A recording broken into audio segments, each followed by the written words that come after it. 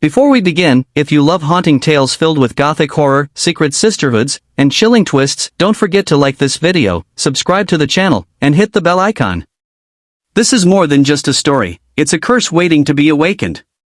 They found her at the gates of Blackvale Abbey, barefoot and bleeding from the mouth. The snow had just begun to fall over Yorkshire that night, and the wind howled like wolves over the moors. She was young, maybe 16. Skin pale as parchment. Eyes swollen from crying. Her lips stained with blood. Not her own. Her name was Isobel Thorne. They took her in, of course. The abbey was not a place that turned away girls, especially not orphans. That was the purpose of the Sisterhood of St. Vespera, to shelter, to educate, to save.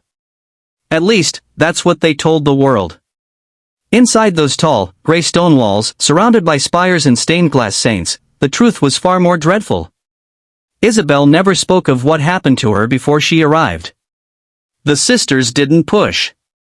She was placed under the care of Mother Sibylla, a woman of strict faith and cold kindness, who believed silence often protected more than confession. Isobel was given a bed in the east wing with 12 other girls, all dressed in identical wool gowns, all bound by the same unspoken rules: no mirrors, no light after dusk, and never, ever enter the Red Chapel. The other girls whispered about the chapel at night. They said it was where the original sisters were buried. Some said it was where they drank blood to stay young. Isobel didn't believe them, not until she woke one night with blood on her tongue and no memory of how it got there. At first, she thought it was a dream. She would lie awake in her cot, watching the candlelight flicker on the cracked ceiling, trying to shake the taste of iron from her mouth. But it kept happening. Night after night. And always, the same dream: hands holding her down, a voice whispering in a language she didn't understand, and the feeling of something ancient sliding into her veins. She began to notice changes. Her skin healed faster. Her senses sharpened. She could hear the mice in the walls, feel the heartbeat of the girl sleeping next to her. Worst of all, she began to crave the blood she once feared. She caught herself staring too long at open cuts. Her dreams were darker now, not nightmares, but hunger. One day, in the cold quiet of the Abbey library, she found a book hidden behind a false panel. Bound in leather that felt like skin. Inside were records, names, rituals, Latin verses. And a passage written in crimson ink: the blood is our vow. The tongue is our weapon. The sisterhood is eternal. That night, she followed the whispers to the Red Chapel. It stood abandoned in the garden, the snow melting unnaturally fast around it. The door creaked open at her touch. Candles lit themselves. And there they were, Mother Sibylla and 4 elder sisters, hoods drawn, standing around a stone altar. Upon it lay a girl.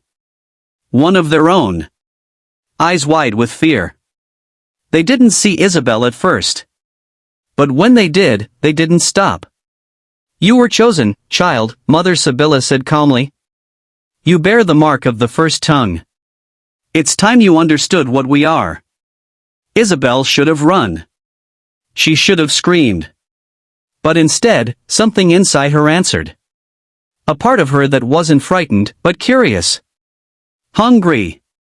They called it the Crimson Benediction. A rite passed only to the worthy. The sisterhood, they explained, was founded not just as a sanctuary, but as a covenant to keep the darkness within them contained. They were born of blood. Fed by it. And bound by silence to keep it sacred. But Isobel was different. She wasn't merely chosen. She was born for it. Her mother, they confessed, had once been part of the sisterhood before escaping into the world. She bore Isobel in secret, hoping to break the cycle. But blood calls to blood. In that moment, Isobel made her choice. She stepped forward, touched the cold skin of the girl on the altar, and felt her heartbeat falter. The taste of blood rose in her mouth again. This time, she swallowed it willingly. But something was wrong. She saw flashes, visions of her mother dying, not from age, but from betrayal. She saw the sisterhood hunting her. She saw herself, as a child, being hidden, being prayed over, being cursed. And then she screamed. The scream shattered the chapel glass. The elder sisters stumbled back. The girl on the altar gasped for breath. And Isobel fell to her knees, sobbing, blood pouring from her mouth. She had inherited more than hunger. She had inherited a war. From that night on, she refused the rituals.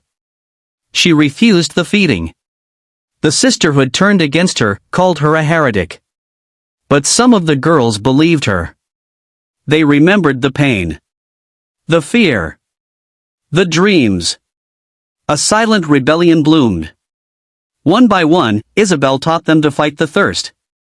She read from the old book by candlelight. She found the roots of the curse and began unraveling it, thread by bloody thread. Sister after sister began to wake. The turning point came in the dead of winter. Mother Sibylla gathered the girls in the red chapel, demanding obedience through blood. She raised the goblet, called on the old names, and waited for them to kneel. They didn't. Not this time. Isobel stepped forward, holding the book in one hand and her own bloodied tongue between her teeth. She recited the counter-ritual.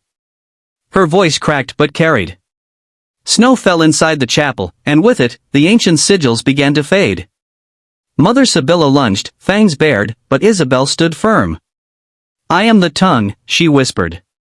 I speak what you silence. And with a final word, the curse broke. Sibylla crumbled to dust. The abbey shook with thunder.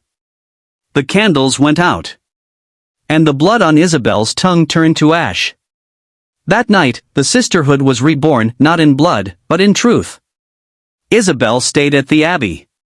She reopened the red chapel not as a place of sacrifice, but as a place of healing. A refuge for girls like her. Girls who were hunted, hidden, harmed. She taught them that hunger could be controlled. That pain could become power. That silence could be broken. She became their matron. Not by force. But by choice. And though the taste of blood never left her entirely, she learned to live with it, not as a curse, but as a memory. A warning. A vow. So if you ever taste blood on your tongue and don't know why, remember this. You are not alone. You are not broken. You are the fire they tried to bury. And sometimes, to survive the darkness, you must first swallow it. If this story moved you, chilled you, or made you feel something you can't explain, please like the video, share it with someone who loves Gothic horror, and subscribe to our channel. We have more tales coming, and they're hungry for your attention.